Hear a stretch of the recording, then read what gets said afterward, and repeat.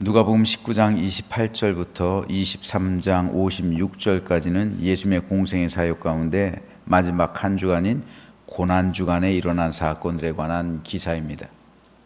특별히 이 가운데 오늘 우리가 읽은 누가복음 20장에서 22장 6절까지는 고난주간의 셋째 날이었던 화요일 있었던 사건들과 교훈들에 대해 기록하고 있는데 20장은 크게 5가지 사건과 교훈이 기록되어 있습니다.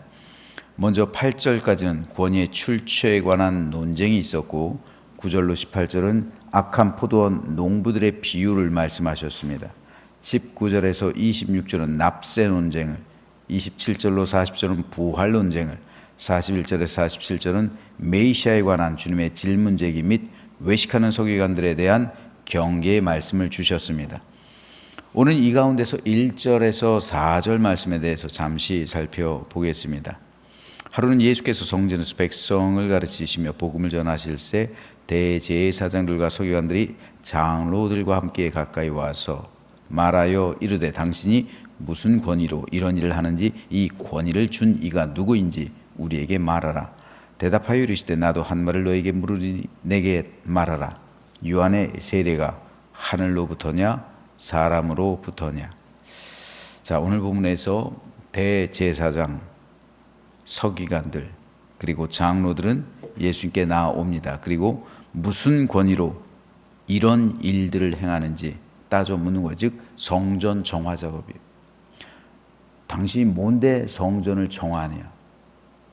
이 성전을 난장으로 만든 게, 난전으로 만든 게 대제사장이잖아요. 원래 예루살렘에는 4군데의 시장이 있었죠. 예루살렘 시내 4군데가 있었어요. 거기서 동물들도 매매하고 그리고 환전도 하고 여러 가지 시장이 서 있었는데 그걸 폐쇄시키죠. 그리고 이방인의 뜰, 성전 안에 있는 이방인의 뜰에다가 시장을 개설하잖아요. 그리고 그들로부터 권리금을 받는 거잖아요. 그리고 자리를 내주는 거잖아요. 상인들로부터. 이 모든 돈 거래의 중심이 대제사장이잖아요. 대제사장에게로 다 그것이 들어가고 대제사장은 그것을 나누잖아요. 그런 구조예요. 그러니까 유월절, 장막절, 초막절, 그리고 7.7절, 오순절, 맥추절이죠. 이럴 때 수많은 순례객들이 와서 돈을 쓰잖아요. 어마어마한 부가 대제사장으로 흘러 들어가고 대제사장이 그걸 나누는 그런 구조예요. 그러니까 얼마나 부자가 되겠어요. 그런데 예수님께서 성전을 정화하시죠. 이 모든 시장을 폐쇄시켜버리는 거예요.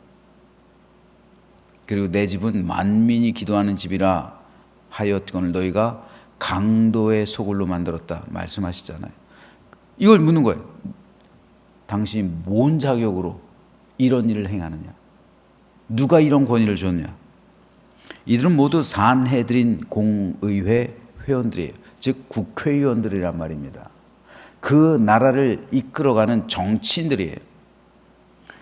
이들이 예수님에게 나와서 우리가 입법했는데 이건 법이라는 거죠. 왜 너는 법을 어기느냐는 거예요.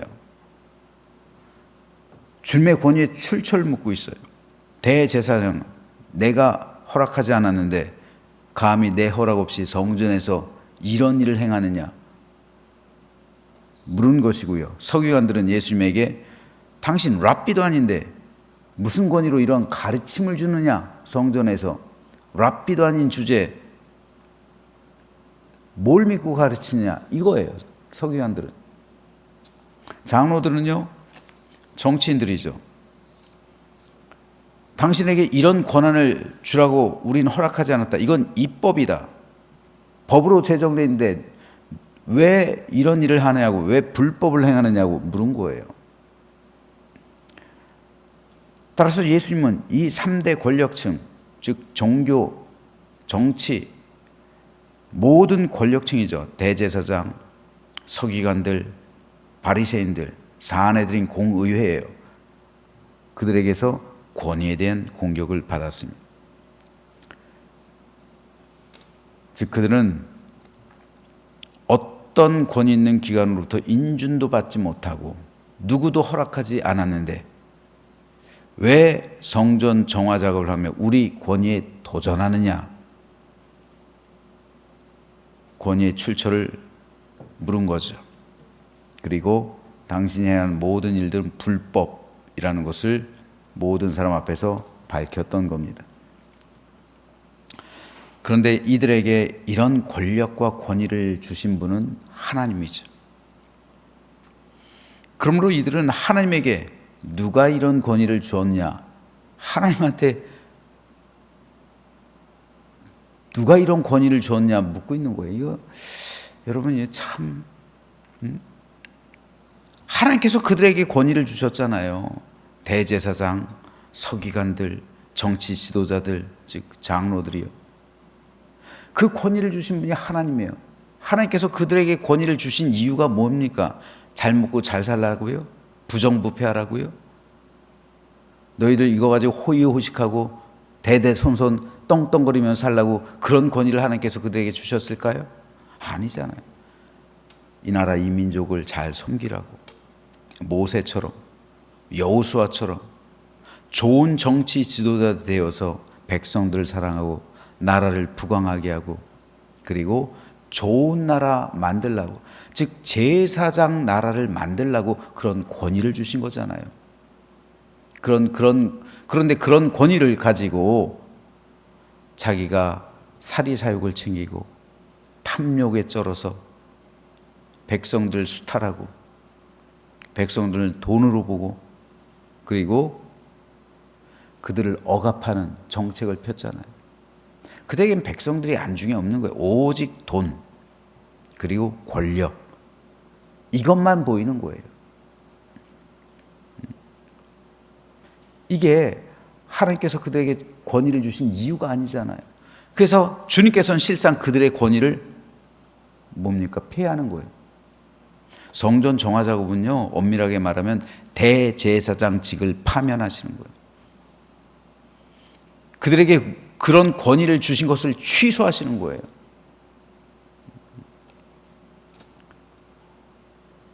그런데 그들은 도리어 하나님을 책망하는 거죠. 하나님을 대적합니다. 그리고 십자가에 못 박아 죽이잖아요. 하나님을 대적하는 사람들은요, 다시 말해서 이 세속적인 권력과 돈 맛에 빠져버려서 하나님을 대적하는 사람들은 지금도 여전히 하나님을 대적하고요, 지금도 여전히 예수님을 십자가에 못 박는 거예요. 그러니까 지옥 백성이 되는 거예요. 이에 예수님은 그들의 질문을 바꿔서 역으로 한 가지 질문을 던지십니다. 만일 너희가 나의 질문에 대답하면 나도 너희들의 질문에 답변하겠다 말씀이죠. 그러면서 주님은 세례 요한의 세례가 하나님께서 주신 것이냐 아니면 요한이 스스로 세례를 베푼 거냐 이 질문을 하신 거예요. 이 질문이 까다로운 게 하나님께서 요한에게 세례의 권위를 주셨다라고 답하면 근데 왜 너희들은 요한을 믿지 않았어? 왜 너희들은 요한을 죽였어? 그렇죠? 이거에 대해서 변명할 수가 없잖아요. 반면 요한이 스스로 준 겁니다 라고 말하면 사람들이 요한을 선지자로 여기잖아요. 그러니까 도리어 역풍을 불러일으켜서 자기들의 입장이 난처해지죠. 그래서 그들은 요한의 권위가 어디서 왔는지 우린 모른다 말한 거죠. 이에 예수님께서는 그러면 나도 내 권위가 어디서 왔는지 말 안 할래 이렇게 답변하신 거예요. 예수님의 이 답변을 철학에서는 산파술이라고 해요. 산파술.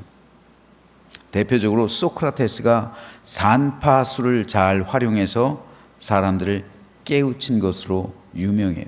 이 산파술의 대표적인 게 뭐죠? 소크라테스가 말한 것 중에 너 스스로를 알라는 말을 이렇게 말을 하지 않았어요. 나는 다른 사람들이 예를 들어서 많은 것을 아는데 내가 더 잘 아는 것은 나 자신이 아무것도 모른다는 사실. 이게 산파술이에요. 여기서 너 자신을 알라라는 말이 나온 거예요.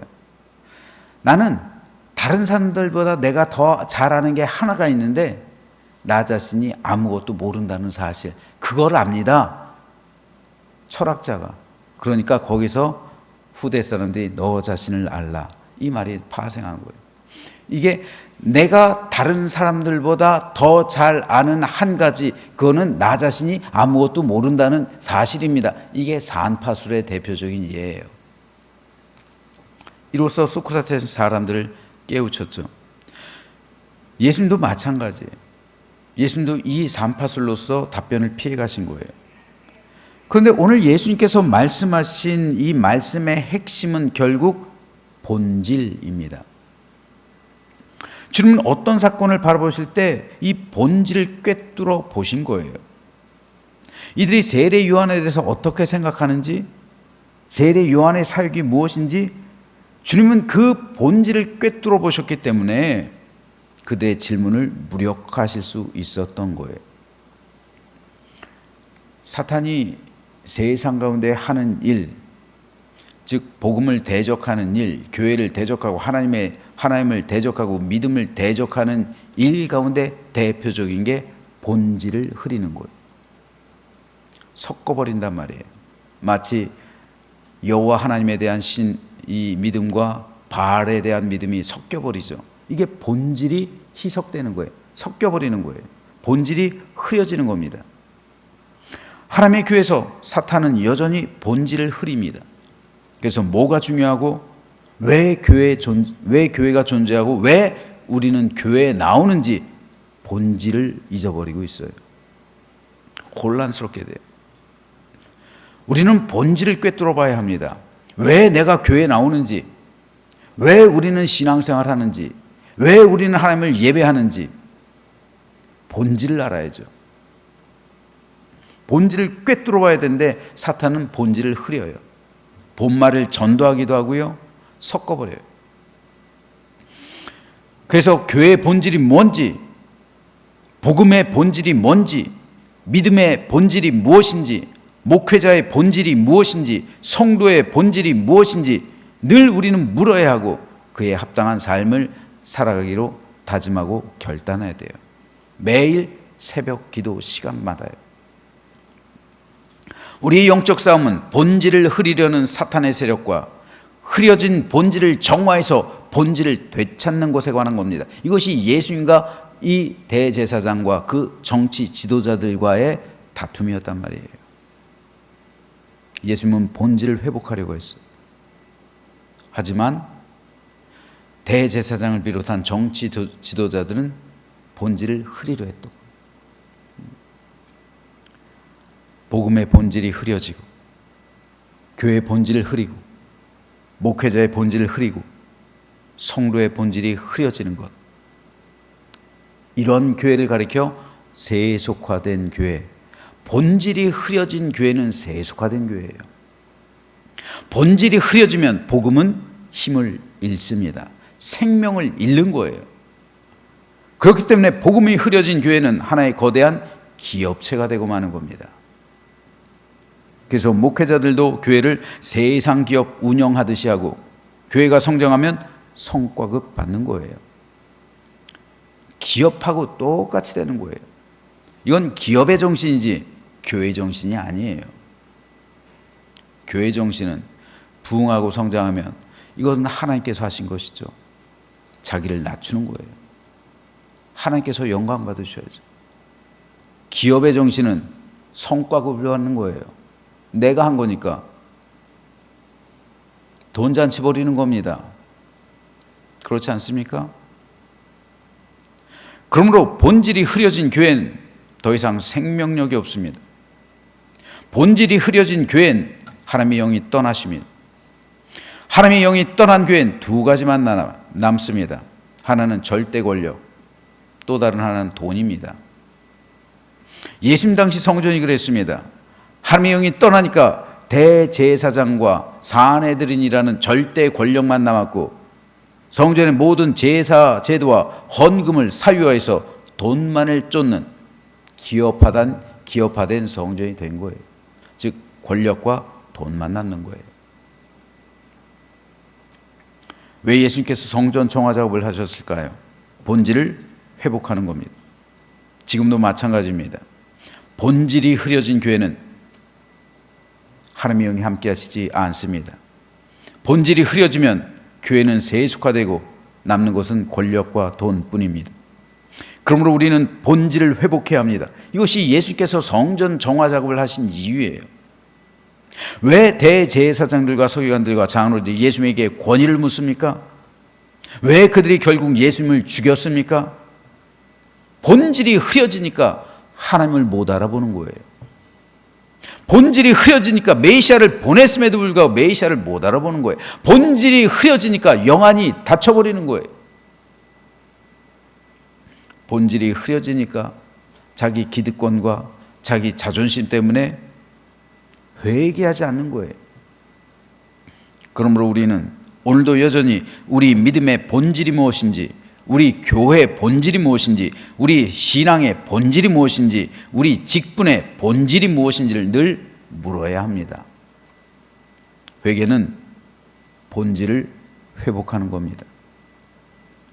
그러므로 진정한 회개는 참된 개혁으로 나아갑니다. 그러므로 저는 저와 여러분 그리고 우리 교회가 또 한국 교회 모두가 언제까지나 복음의 본질을 온전히 간직하며 교회 본질 잊지 않고 목회자와 성도와 직분의 본질을 온전히 회복하고 감당하게 되기를 소망합니다.